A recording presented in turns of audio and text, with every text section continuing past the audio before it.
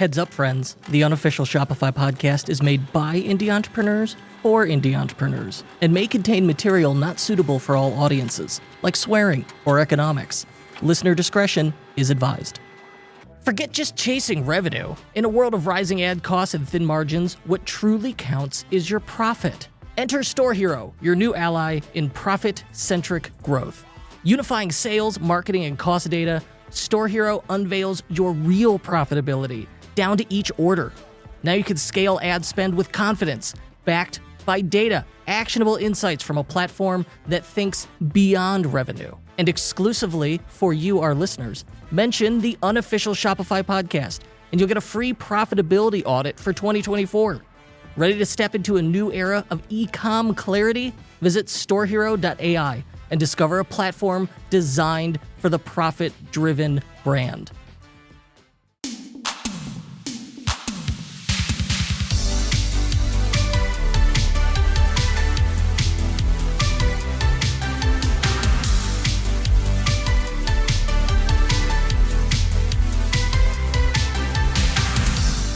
My friends, it is 2024. That means January, right? I have abused to death that joke. Oh, well, see you next year, right? Got several weeks of that under my belt, really exercising my dad joke rights. And today, I want to go over how we're going to scale our stores this year. Well, we got to go deep on something. I think that Google Ads is one of the best ways to do this. I think the level of options they give you, I think it's easier to do than Facebook ads to start with, but it may not necessarily be the right fit for everybody. And truthfully, it has been many years since I've had to personally manage any of these campaigns. So easier said than done. I need an expert. I need someone with enough experience to talk us through it. And so I have someone who's got 20 years experience, Menachem, who I've gone back and forth with on Twitter. We jumped on Zoom, talked to him several times this year, and really enjoyed it, gotten a lot out of it. And so I want to share his expertise with you today, my friends. This episode, all about Google Ads. I'm your host, Kurt Elster. Check nasty. And this is the unofficial Shopify podcast. Menachem, how you doing? Doing all right. It's a beautiful day here on the Jersey Shore. Thanks for having me on the podcast. Excited to be here. I'm happy to have you. And in the background, did you rob the Google swag store? The amount of Google stuff behind you is intense. Yeah, we've been doing Google Ads for quite some time. We've got a lot more than that. That's only what fit on the camera. You got the mini fridge? Did they ever send you the Google mini fridge? Got the mini fridge. It's actually right behind me. Can't see it. Got the Google bike. We got all kinds of stuff. But yeah. The bike? There's a Google bike? It's a Google bike. It's a citizen bike. It's a nice bike. But when you ride it, it's got all the Google colors. I'll post it on Twitter. Okay. So swag aside, we're going to talk Google Ads today. Am I right in saying you've done this 20 years? Yeah, I believe I set up my first campaign March 2003. So it's definitely been a minute. When you look back 20 years, what's the big thing that stands out is how it's evolved? What's changed? Broad strokes. Broad strokes is definitely automation, moving towards smart bidding, AI, performance max, all that kind of stuff. But there's definitely been a lot of change over the year. I think that's the biggest shift that we've seen over the past couple of years. And trends change, people go back and forth, and there's always going to be someone yelling oh, Google Ads are dead. Make the case for it. Why should, if I'm a Shopify merchant, why should I consider Google Ads as part of my marketing budget? Sure. And listen, it's harder to find success for some Shopify stores, some Shopify brands than others, but typically you can find success. Like you mentioned, the breadth of offerings they have is very wide. Between search and shopping, which is capturing intent, and then YouTube ads and performance max, demand gen, which helps generate demand, there's typically a way to find success for any kind of brand on Google. And certainly when you talk to clients, you have to vet them. You have to figure out, are they a good fit for you? But more importantly, if they're not running Google Ads yet, are they a good fit for Google Ads? Let's work backwards. who is not a good fit? Like what's the deal breaker where you go, don't pass go, don't even bother with this yet? So in my mind, you have two kinds of brands. You've got brands that lead with Google and brands that lead with paid social. Typically, it's the brands that lead with paid social. Think of something that's a bit more of an impulse purchase, a more visual product, maybe fashion. Those brands sometimes can have an easier time on Meta or paid social because they're able to showcase the product, tell their story. And until you find that product market fit, Google may not be the right avenue. So I'd say, depending on type of product, the price point, that's really where it would come from. Someone recently told me, like, hey, the product title doesn't have keywords that someone would know to look for. Immediately, you have a problem. For sure, because Google's core product is still search and shopping, and Performance Max leans into that a lot. But if the customer is not searching for your solution, they don't know it exists, you've still got to do that education component. That's where it's much harder to find success on Google. You definitely can through YouTube ads and Performance Max, but it's definitely going to be a tougher try than something like Facebook and Instagram ads, where that the consumer is easier to pull along that educational journey. On the show, when I think about Google Ads, when I ask people, hey, are you using Google Ads? Have you considered Google Ads? I think really I'm talking about Google Shopping ads because they have so many different ad types and placements.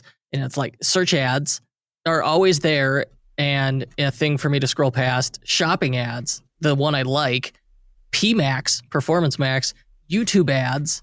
And that's like, and I'm sure there's more than that. They have a very wide range of ad types, but search and shopping is the core of what built Google. And I think it's because of how powerful it is, pulling people in the moment that they're doing their research, they're ready to buy. So that's what's the beauty of it. It's high intent, Exactly. Like the social ads are interruption based versus on Google. I went to Google, I then typed in a keyword phrase. The phrase is what triggered those ads. And in theory, they are directly relevant to me. Exactly. And it's funny because shopping is the big piece that moves the needle, especially for Shopify brands. But there's so much more you can do. And that's what Performance Max is trying to do is to go beyond the intent, to be a bit more like Meta ads. All right. So let's start. I think the two big categories are search and shopping. Define them, break down the difference for me. When am I doing what? Sure. So for most Shopify brands, e-commerce in general, shopping is going to perform better than search. Search ads are just plain text ads. You've got a headline, description. You'll have some extensions added to it. You can put image extensions, price extensions, things of that nature, but they tend to be more static. Whereas shopping ads are dynamically created from your product information. You connect the Google sales channel in Shopify. It synchronizes all your product data and it builds ads using your product title, description, image, and so on that shows the picture of the product to the user in the search results. And that's really why it performs so well, is it pulls the customer in through very engaging ad units. And I've seen this, like sometimes it'll pull in product reviews. It'll have stock availability. It'll have shipping times. Like what's the extra stuff in there? What do they call that? Yeah. So, they're synchronized. You can send a ton of data to Google. The core pieces of information that you have to send are like the title, the price, the image, and so on. But there's so much more. You can send, the color of your product, the sizing, the material, pricing information. So if you have a sale, you can put coupon codes. You can really send a lot. And the more you give Google, the better job you'll do of increasing your click-through rate and increasing your overall exposure. Okay. I want to come back to shopping ads and the technical implementation. But first, I want to talk more about these ad types. PMax. For the last, 18, 24 months, PMax seemed like a buzzword. Also seemed like an exciting thing where people were seeing results. Performance Max, what is it again? Sure.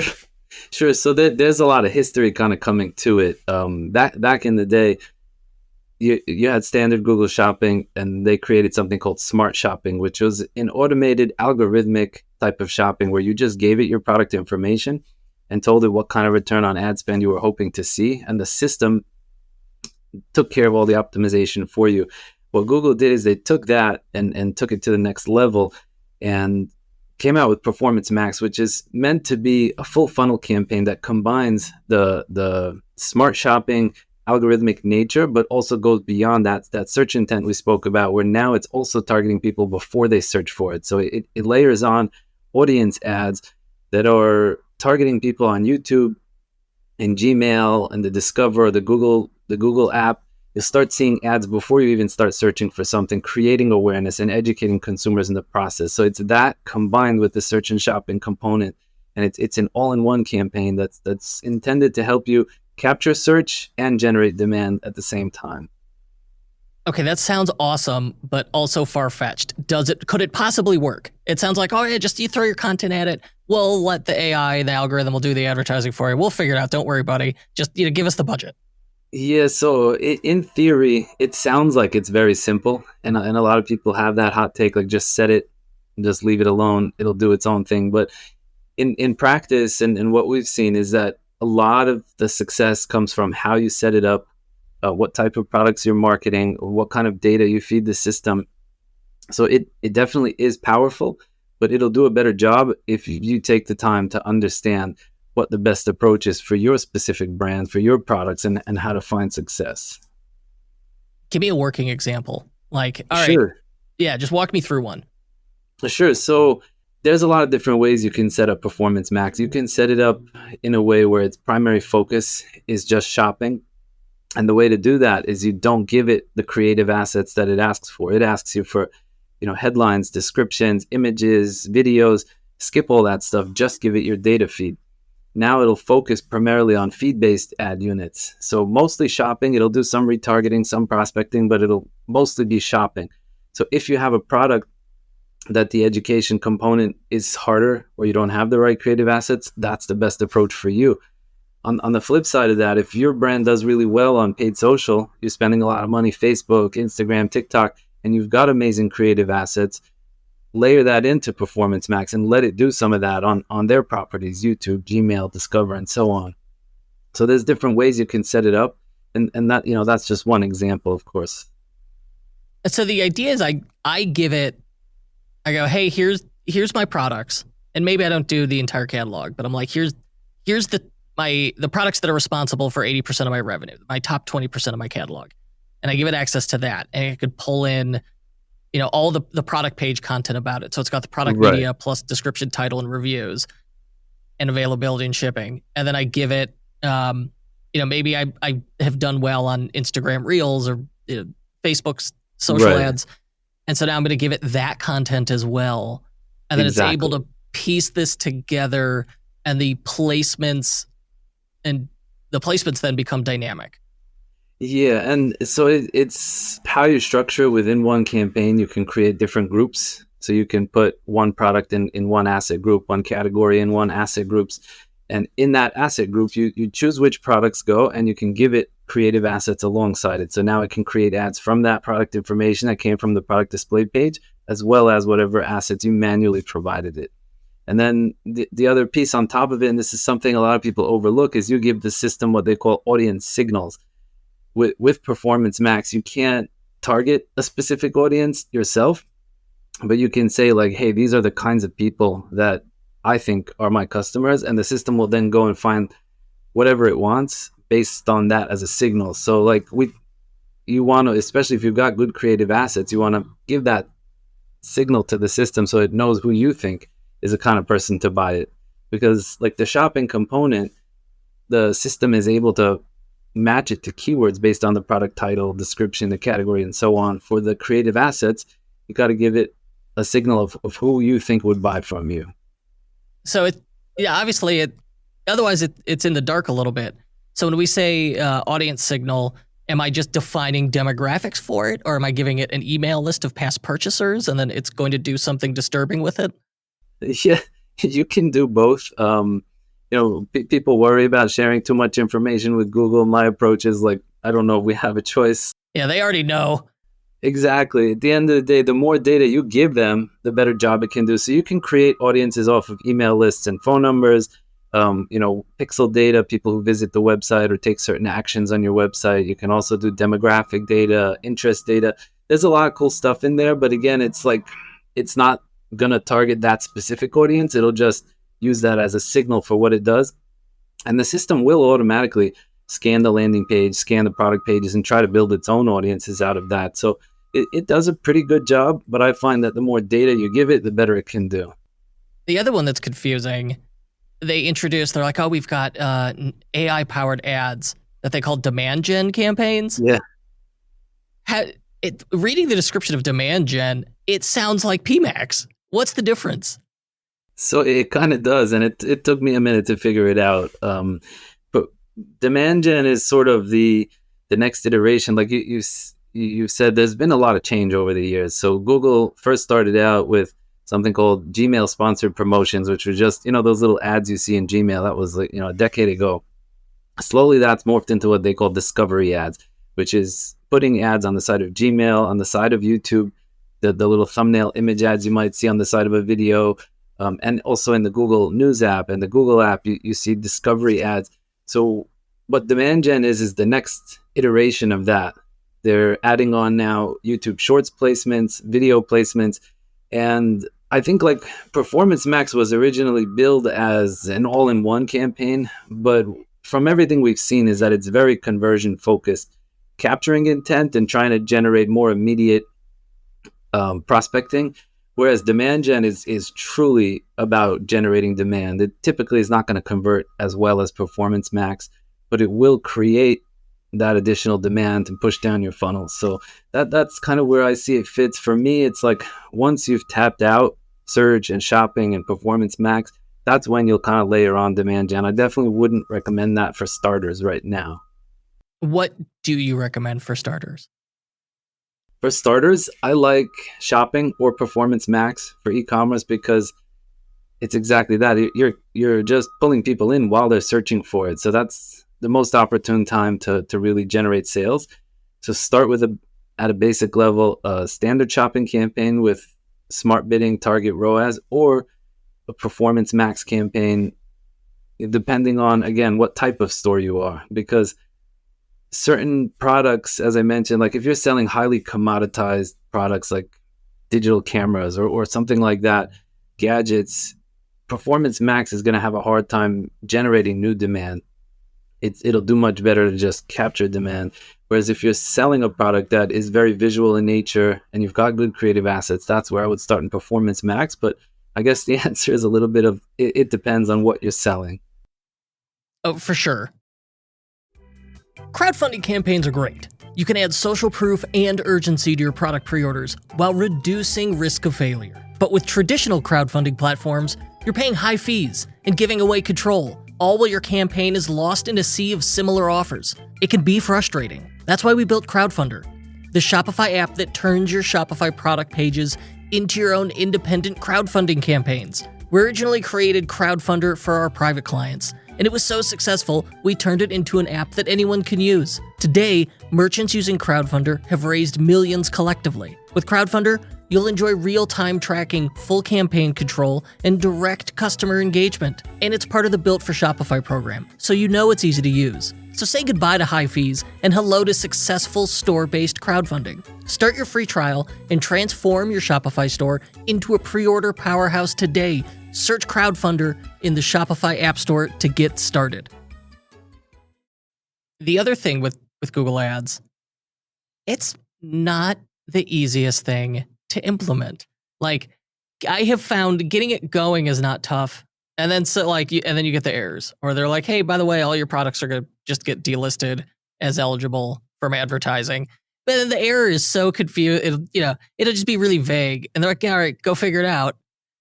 Yeah. And I don't know what I'm missing. And usually it ends up being like hours of screwing around to figure out like, oh, this is the actual issue they were talking about. And once you know it, it's usually not tough to fix unless it's like, oh, you got to do a bunch of data entry on your product catalog.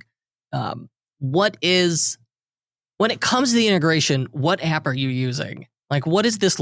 How are we making Shopify talk to Google? What's the right way to do it? Yeah, so I tell people the easiest place to start is there is an official Google Sales Channel app for Shopify, we recommend that 9 out of 10 times. It's super easy. Just install the app, connect the accounts, and it automatically sets up your tracking pixel, your data feed, all that stuff. But to your point, it does get tricky if things get disapproved. It doesn't help that Google is constantly changing the interface and changing how things work. But that app is fairly straightforward. In some cases, though, where you have more complex product data or you want to send additional information to Google, then you might want to utilize third-party app for that, like Feedonomics or Symprosys. There's a lot of good ones for Shopify, to help customize the data that you're sending. But yeah, otherwise, it's like it definitely gets tricky when they just randomly throw disapprovals at you. Yeah, it drives me nuts. What's the most common one? Like, what are the top reasons that get the disapprovals triggered? So they have for Google Merchant Center, which is the underlying data source for shopping and Performance Max, they have very, very, very finicky rules. Like your price has to match in the data feed and on the landing page. So if you change a product price or your theme is not built properly and the product price is not being displayed in the best way, it doesn't match, it'll get disapproved. If tax and shipping in Merchant Center is not configured exactly the same way as Shopify, it'll get disapproved. So it's a lot of that kind of stuff, but they also have automated algorithms that will randomly flag products as like against policy. Like for example, one that pops up over and over again is if you have something maybe in an ivory color, their system doesn't allow you to sell actual ivory, so it'll just get flagged by the system. You gotta like request an approval. Yeah, I've seen that one. It's always funny. Like we do a lot of aftermarket automotive, and there's a big brand of tuner called Bully Dog. And we have in the past, those have been flagged because of this, what is essentially a consumer electronics product gets marked as animal cruelty. Yeah. And we have to be like, no, it's not, it doesn't have anything to do with animals whatsoever.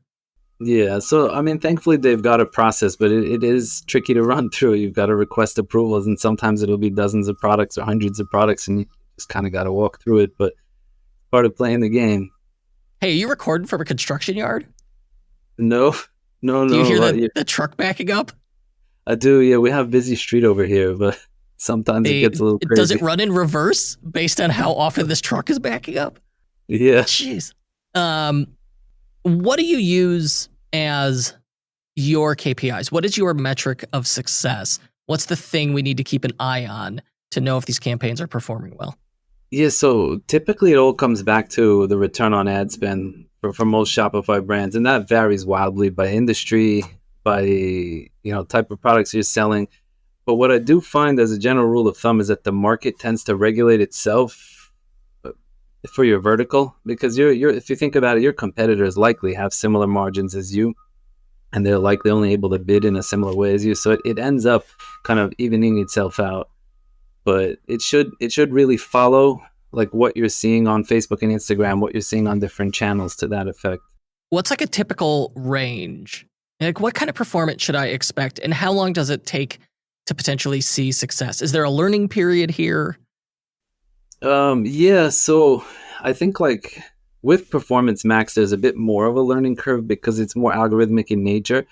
But in general, to me, the first, let's say 2, 3, 4 weeks are about gathering data, establishing a baseline.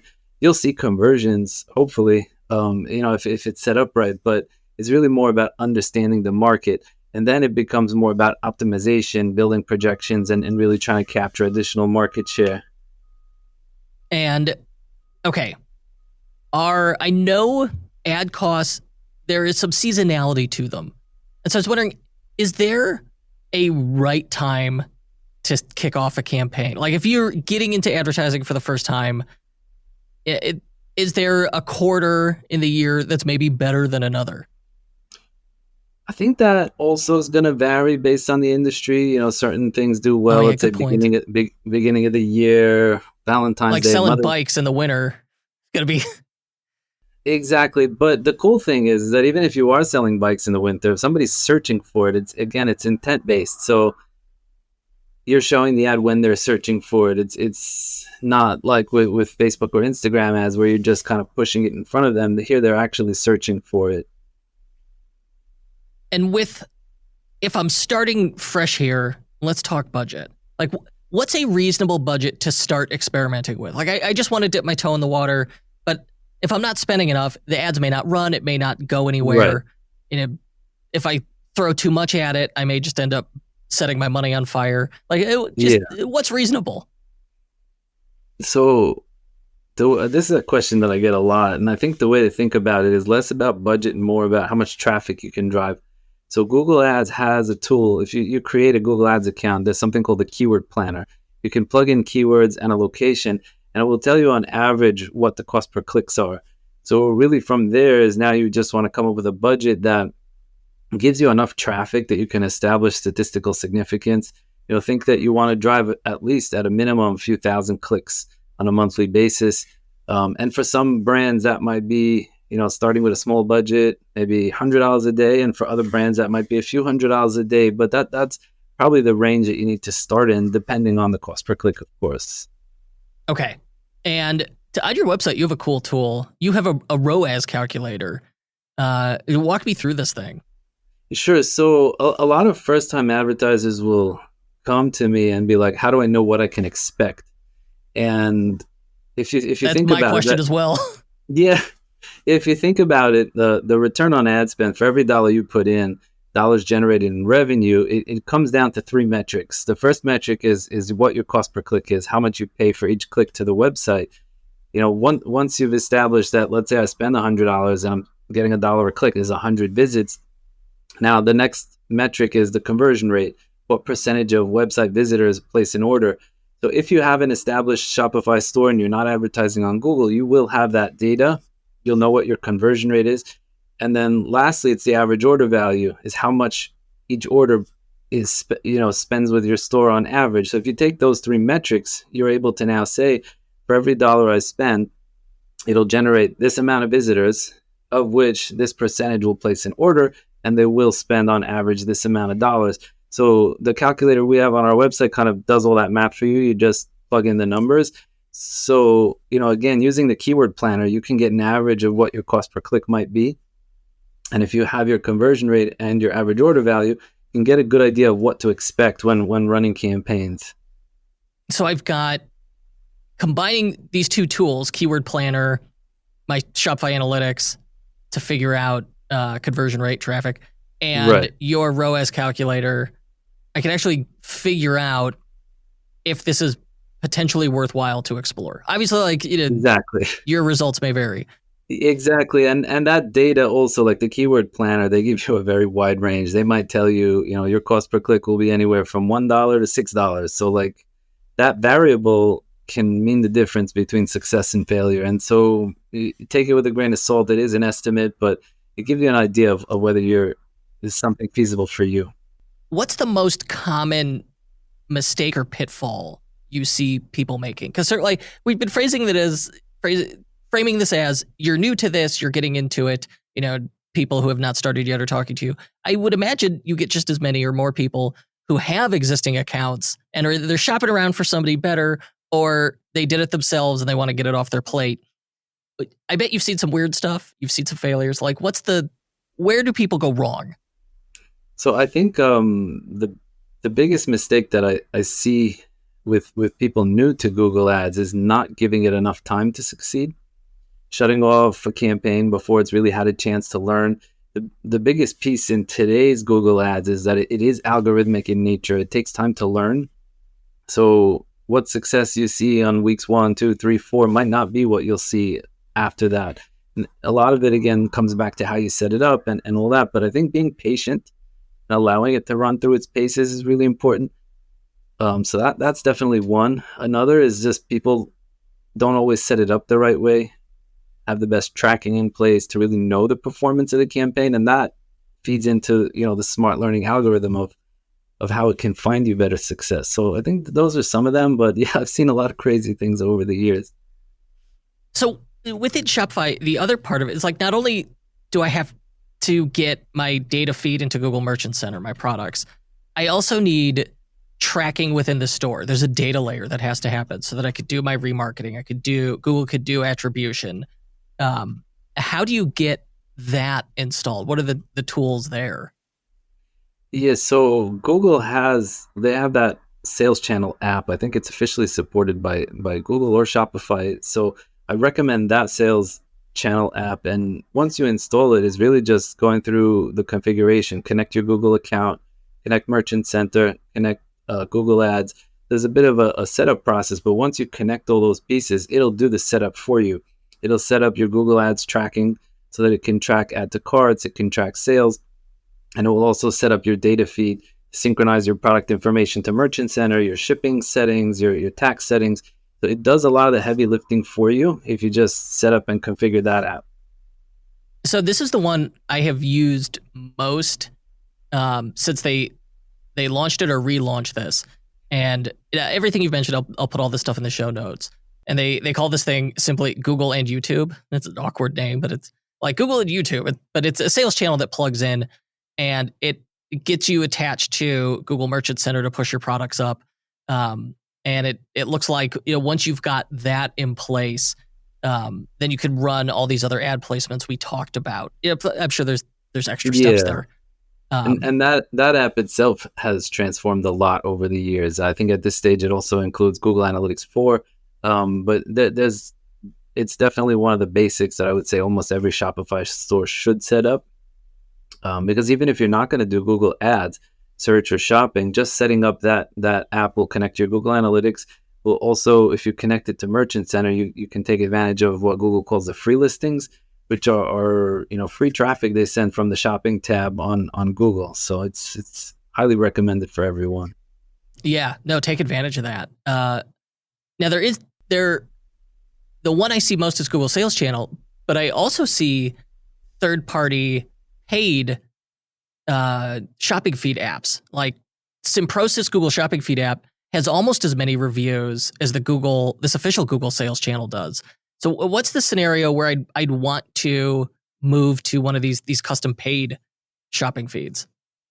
So those typically make more sense for larger catalogs. The Google Channel app works really well, but if you need any customization, it really doesn't do any customization. So something like Simprosys, Feedonomics, and there's a whole bunch of them, will allow you to sort of map custom fields. Maybe you want to send over like your cost of goods sold, so you can have it and build out campaigns. Maybe you want to create, add additional fields with color, material, or just feed the system more information. That's when you'll want to utilize one of those. Also, like to create proper segmentation with larger catalogs, Google has custom fields where you can send over custom labels of different, maybe it's a collection, maybe it's a seasonal aspect of it, but basically you can build out a lot of custom data in these apps that you can't do with the standard feed. But the truth is that even if you use the standard sales channel app, you can do a lot of that stuff in Merchant Center. If you're familiar with how they have something called feed rules, where you can layer on top of the data that comes in from Shopify, that like maybe if a title contains a certain keyword, then assign a certain custom label. But that stuff is much simpler using something like Simprosys, which is where we would recommend it. Yeah, going for the Google Shopping feed where they intentionally limit your options to make it easier to use. But then once you need those options, like once you go into Simprosys, that's just top of mind. That's the one I had used most recently. I was like, wow, there's a million and one things I could configure and really get myself in trouble with here. As we ring in the new year, did you know that over 90% of Shopify merchants won't hit their maximum revenue in 2024? Ugh! That's because they're killing their conversion rates by using outdated landing page designs and default templates. You work hard all year, and you deserve to realize your dream of owning a successful store. But without the right tools, it's like running a marathon with lead weights tied to your feet. That's where Zipify Pages comes in. Zipify Pages is the game-changing landing page builder created by the founder of a $180 million Shopify store. It has everything you need to transform your store into a high-converting, sales-generating machine. Zipify Pages' intuitive builder, mobile-optimized templates, and AI-powered features are helping thousands of Shopify stores boost their conversion rates and run more profitable marketing campaigns. Zipify Pages improves every page on your Shopify store. Just select a template from their template library and then quickly customize it to match your brand. You can easily create better product pages, landing pages, category pages, even home pages. And because every Zipify template is tested on their $180 million Shopify store, you know they actually work. So don't let 2024 drift by with unmet revenue goals. Upgrade your store today with Zipify Pages and make this your best new year yet. Go to zipify.com/Kurt to start a free 14-day trial. That's zipify.com/KURT to try Zipify Pages for free. So I want to talk advanced strategies. With Google Shopping Ads, is there any realistic way to optimize this? Like, it's just pulling my product page. Right. So that's the piece that a lot of people overlook. And it definitely is worth the effort to take the time and do it, because if you think about it, Shopping Ads, Performance Max, there's no keywords. You're not telling Google, I want to show up for a specific keyword. What it does is it analyzes your product's title, description, categorization, and that's how the algorithm decides which search queries to show it for. So if you take the time to fully flesh out your data feed, make sure that your title has, keyword rich, descriptive titles, that each product is categorized correctly in Google's taxonomy, that you have the UPC codes, that you're giving additional custom labels, additional information, that'll help your product show up in more searches and get more exposure. And that's totally outside of the Google Ads interface, but it's a very powerful thing that can really help. All right, keep going. Give me more. Once I've got this thing working, I want the advanced tactics. Yeah, so you can give it so much. You can give it, like, for example, you can give it your profit margins. You can give the system your cost of goods. And then you can use that to build campaigns where, okay, I have certain products where I might only have 20% margin, so I can't bid as aggressively as other products where I have 40% margin. And so you can split those into separate campaigns utilizing that data, and then bid more aggressively on certain products over others. Also segmenting products by seasonality. If you have certain products that are giftable items and do well certain parts of the year, you break them out and build them into these campaigns. That's a lot of the stuff, but really taking advantage of trying to fill out and send as much data as you can to Google, so that it knows when to show, for more searches, when to show your products, and B, that you could segment your campaigns in a more sophisticated way to really take advantage of what's important to your business. So as I get more advanced, it's segmenting that catalog out so that I could dial in bidding strategy. And that's going to help me scale more effectively, as opposed to just like, it's one big bucket of products and one big bucket of money, and we're just going to keep dumping money into it. We could be smarter about it. Exactly. And then there's a lot of little things that layer on top of it. Like, for example, product reviews. If you collect them on your store, definitely send them to Google. They attach to your product listings. It shows the star ratings, helps you get a better click-through rate. If you're adjusting your price on the website for a short while, or if you have a sale, if you notate it the right way in the feed, it'll show up as like on sale or a price drop. If you have coupon codes or promotions, you want to set those up in Merchant Center, so it also connects to your product listing, and it shows promo code. All that stuff is a lot of things that by default doesn't pull through, and you want to make sure to take the time to set it up as best as possible. So I could go at Google Merchant Center and be like, hey, I'm running a promotion right now, and here's the coupon code. Yeah. I didn't know that. 100%. I think it's a feature that's not even turned on by default. If you go on your Google Merchant Center account, they have a section called Manage Programs, and you can opt into all different sections of Merchant Center, but they have something called Promotions, and you can set them up one-off manually, like, hey, I'm running a 20% code until the end of the month. This is eligible for all products. Or you can actually set up a data feed where something like Simprosis can synchronize all your Shopify coupons straight into Merchant Center and automatically connect them to whichever products they're meant to be connected to. Pretty sweet. Our optimizations our talk has been largely about Google Shopping Ads. And with Google Shopping Ads, I guess my ad copy is kind of non-existent, isn't it? Like, I'm not writing headlines. I'm not writing text ad copy the way I am for search ads, right? Right.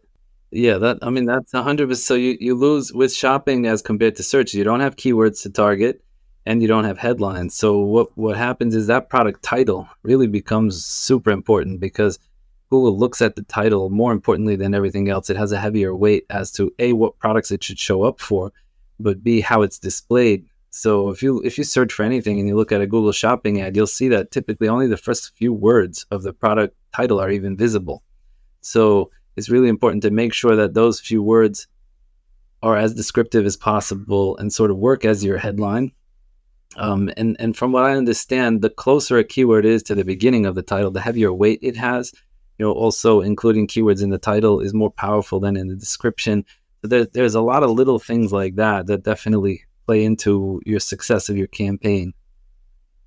The other one, is it true that when you run these ads, Google has a crawler, has a bot that will go to your site, add products to cart, go through checkout, not buy, it'll abandon checkout, but it does it to verify your out the door price, that like what the data you're giving it in the feed is correct?